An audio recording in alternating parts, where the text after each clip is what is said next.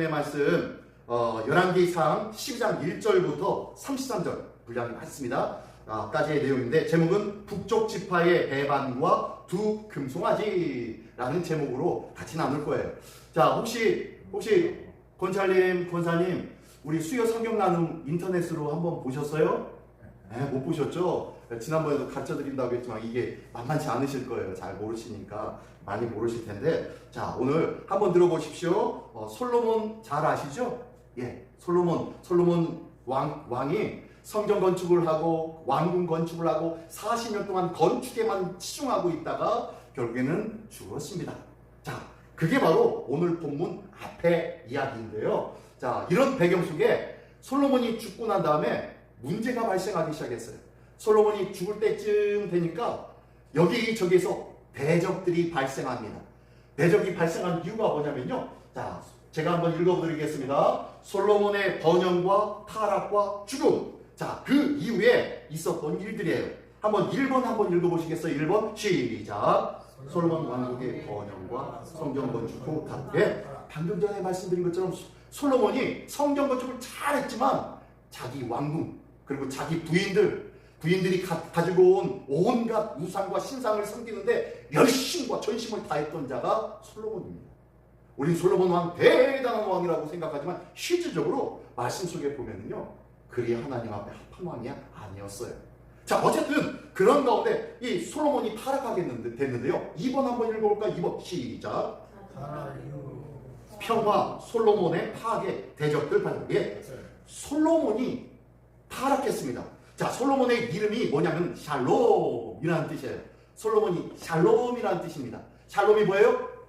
평강하세요, 평화로우세요 라는 뜻이 샬롬 아닙니까? 그래서 솔로몬 하면요, 평화의 왕이라는 이름이 바로 솔로몬이에요. 근데 이 평화의 왕이 타락했습니다.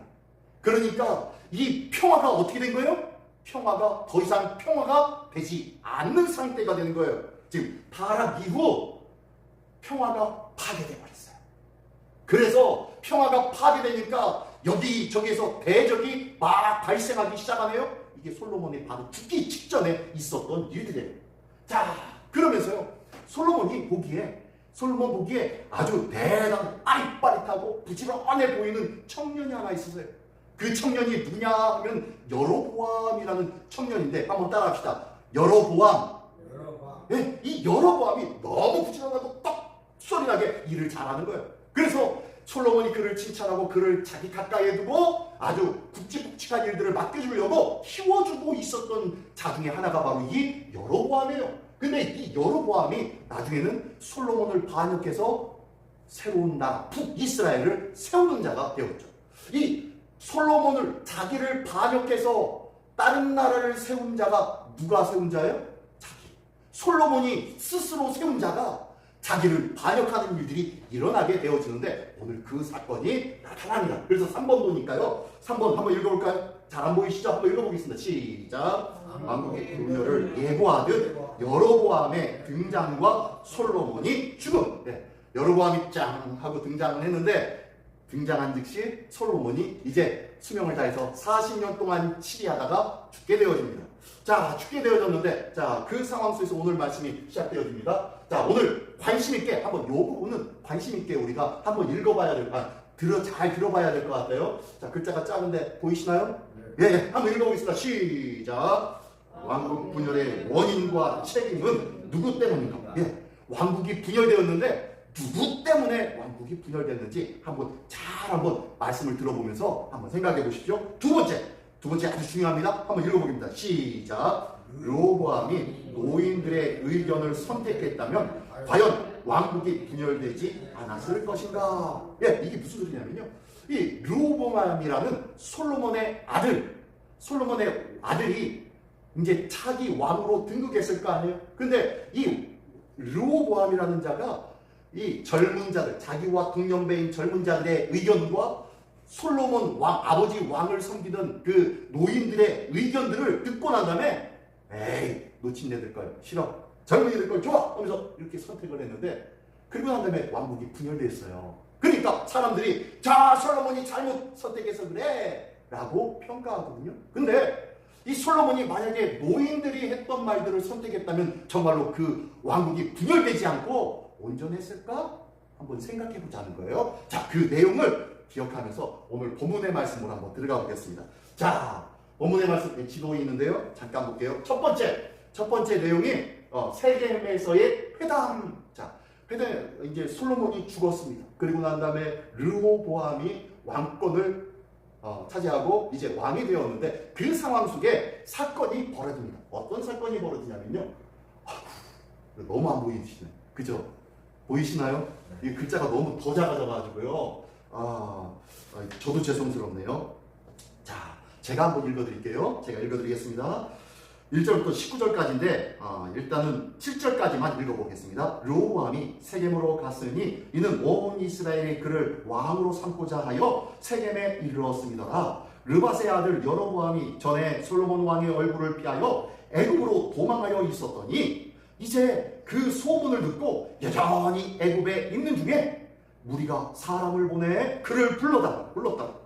여로보암과 이스라엘의 온 회중이 와서 르호보암에게 말하여 이르되 왕의 아버지가 우리의 멍에를 무겁게 하였으나 왕은 이제 왕의 아버지가 우리에게 시킨 고역과 매운 무거운 멍에를 가볍게 하소서. 그리하시면 우리가 왕을 섬기겠나이다 라고 얘기한 거예요. 무슨 소리예요? 왕은 맨날 건축만 하고 맨날 우리에게 세금만 내라고 하고 해서 힘들어 죽겠었어요. 40년 동안. 그러니까 당신은 새로 왕이 됐으니까 우리가 이렇게 심지었던 이 노역을 그만 내려놓게 해주십시오. 좀 편하게 좀 해주십시오 라고 백성들이 누구와 함께? 르호보암이라는 자에게 불러가지고 그에게 이야기를 한 거예요. 왜 르호보암에게 부탁을 했냐면요. 르호보암은 누가 세운 사람이었다고 했죠? 솔로몬이 세운 사람이어가지고 똑똑하단 말이에요. 말 잘해요. 사람들이 무슨 얘기하면 잘 들어듣고 그리고 솔로몬 왕에게 잘 얘기해 주었던 사람이었던 것 같아요. 그러니까 백성들이 저 르호보암 지금은 솔로몬을 피해서 애굽에 갔다가 솔로몬이 죽고 나니까 이제 다시 돌아오게 해서 그에게 우리의 마음을 저 여로보암에게 전해주자. 죄송합니다. 이름이 바뀌었어요. 르호보암, 여로보암 있는데 솔로몬의 아들은 르호보암. 따라합니다. 르호보암. 예, 이게 솔로몬의 아들이에요. 그리고 솔로몬이 세웠던 그 사람은 청년은 여로보암. 따라합니다. 여로보암. 예, 이름이 비슷해가지고 좀 무슨 형제인가 무슨 부암 같은데 그거 아니에요. 형제 아니고 전혀 다른 사람입니다. 근데요, 이 여로보암이 이 솔로몬에게 잘 칭찬받고 인정받는 사람이니까 말하면 잘 들어줬었어요. 그러니까 사람들이 비록 애굽에 내려갔던 자였지만 그를 불러다가 우리의 의견을 지금 새로 왕이 된 르호보암에게 잘 전해 주십시오 라고 하면서 이 여로보암에게 붙어서 당신 이렇게 얘기해 주십시오. 만약에 이거 안 들어준다면은 우리가 당신을 왕으로 삼겠습니다 라고 지금 하고 있는 거예요. 지금 보니까요. 1절에 르호보암이 세겜으로 갔으니 이는 온 이스라엘 그를 왕으로 삼고자 하여 세겜에 이르렀어요. 그러니까 애굽에 있던 여로보암을 데리고 왔어요. 그랬더니 이 르호보암이 이 세겜에 가가지고 누구를 만나요? 백성들과 여로보암을 만난 거예요. 그러니까 이 여로보암이 백성을 대표해서 르호보암 왕에게 왕이시여 우리가 너무너무 힘들었어요. 그러니까 우리 좀 놔주세요. 멍에 좀 먹게 해주세요. 좀 편하게 좀 살게 해주세요 라고 요청한 거예요. 그러더니 이 르호보암 왕이 뭐라고 얘기하냐면은 5절 말씀입니다. 5절 한번 제가 읽어드릴게요. 르호보암이 대답하되 갔다가 3일 후에 다시 내게로 오라 하매 백성이 가냐. 3일 후에 오라고 한 거예요. 그리고 6절 르호보암 왕이 그의 아버지 솔로몬의 생전에 그 앞에 모셨던 노인들과 의논하여 이르되 너희는 어떻게 충고하여 이 백성에게 대답하게 하겠느냐라고 노인들에게 묻습니다. 그랬더니 이 노인들이 대답합니다. 7절에 보니까요. 대답하여 이르되 왕이 만일 오늘 이 백성을 섬기는 자 되어 그들을 섬기고 좋은 말로 대답하여 이르시면 그들이 영원히 왕의 종이 되리이다 라고 얘기하는 거예요. 지금 뭔 얘기하는 거예요? 왕이시지만 당신은 이제 섬기는 자, 백성을 섬기는 자가 되십시오.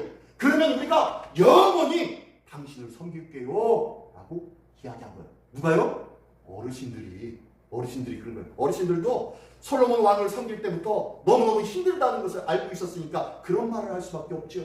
자, 근데요, 르호보암 왕이 가만히 있는 거 아니에요? 또 어떤 일이 있습니까? 8절부터 보니까요. 이제 르호보암 왕이, 자, 8절입니다. 왕이 노인들의 자문하는 것을 버리고, 노인들이 얘기한 것들을 다 잊어버리고, 다시 자기 앞에 모셔 있는 자기와 함께 자라난 어린 사람들과 의논하여, 어르신 얘기는 다 잊어버리고요, 자기와 동년배의 친구들에게 묻습니다. 어떻게 했으면 좋겠어?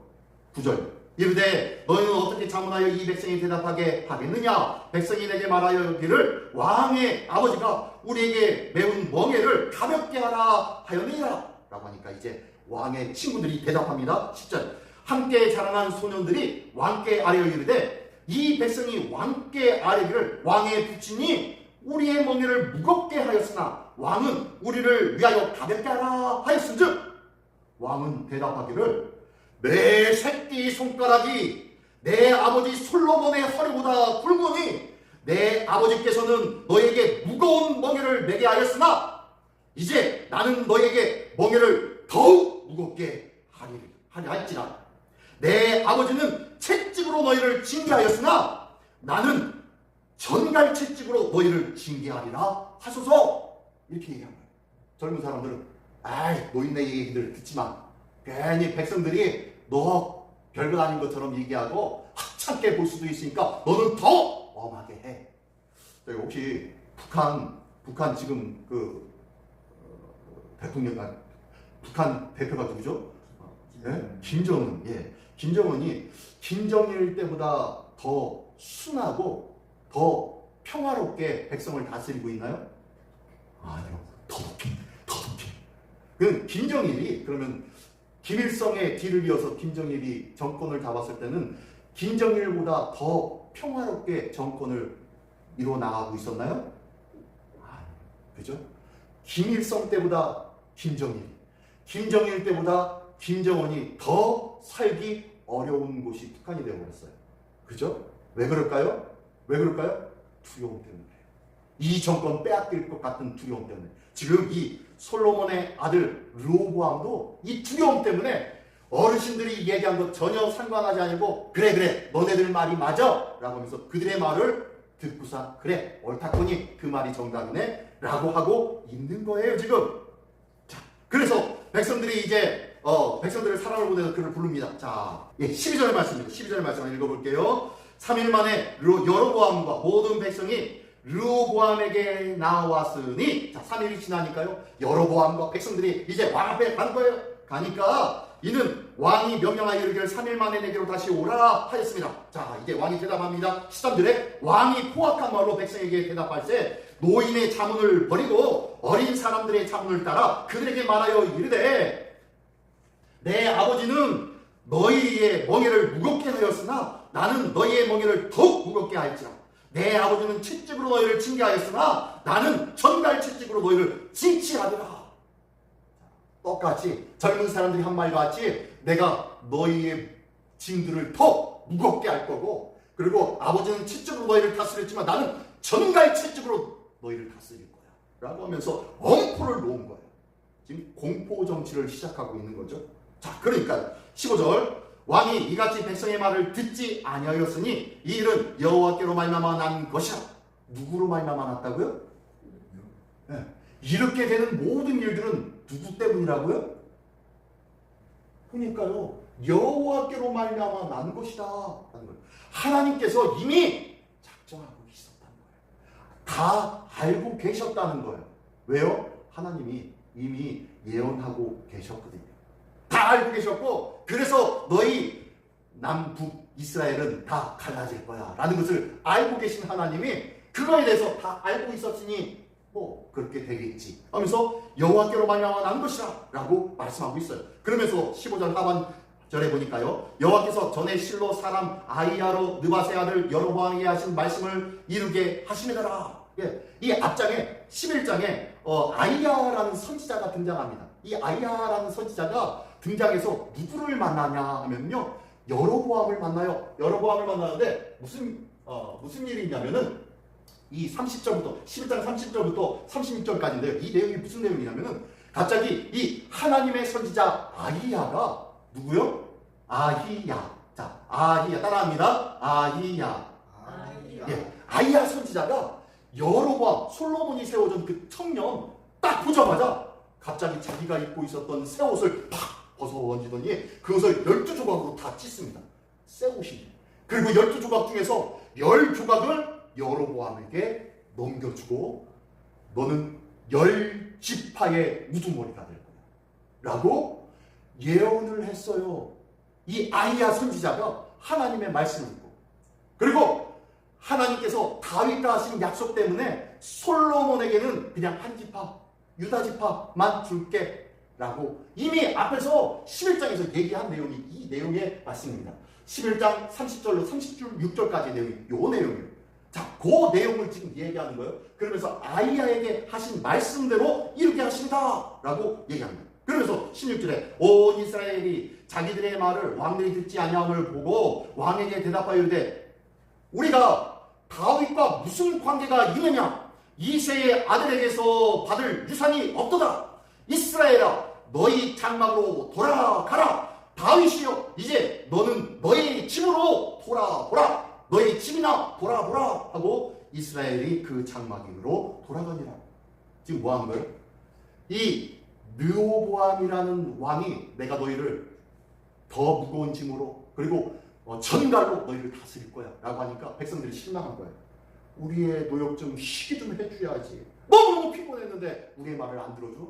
자, 알았어. 그렇다면은 당신 유다 족속이죠? 유다 지파죠? 유다 지파는 당신들이나 유다 지파나 하십시오. 우리 나머지 10지파는 우리의 뜻대로 하겠습니다. 우리는 이제 다윗과 상관이 있다 없다? 없습니다! 라고 하면서 떨어져 나간 거예요. 그러면서 모르겠어. 당신 마음대로 하시오! 라고 하면서 떨어져 나간 거예요. 지금 누가? 이스라엘 사람들이. 누구를 던져버린 거예요? 다윗을 던져버린 거예요. 하나님께서는 우리에게 약속하셨습니다. 다윗 왕을 통하여서, 다윗의 자손을 통하여서 누구를 약속하셨어요? 예수 그리스도.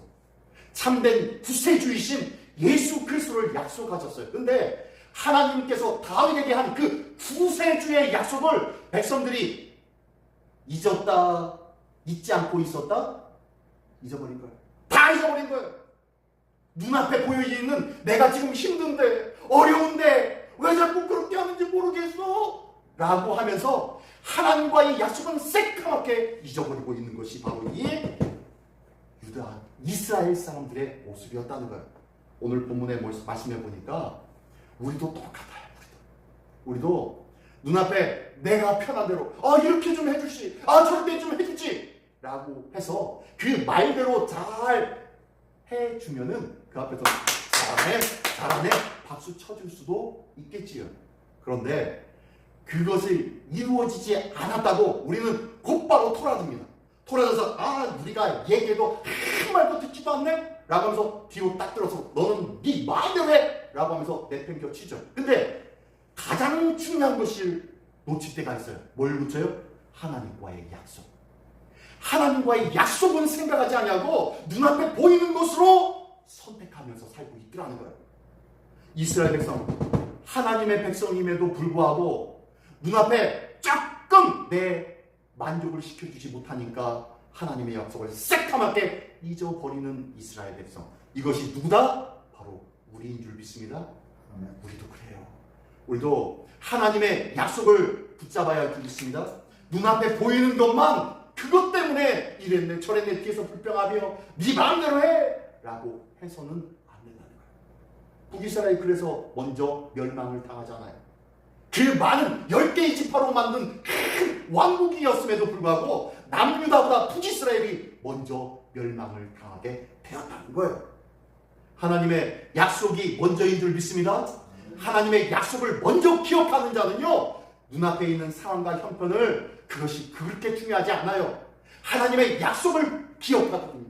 하나님께서 그래도 그 다윗의 가문을 통하여서 우리에게 구원을 약속하셨고 우리에게 놀라운 은혜를 약속하셨는데 지금 상황 조금 어려운 거 기다려야지, 참아야지.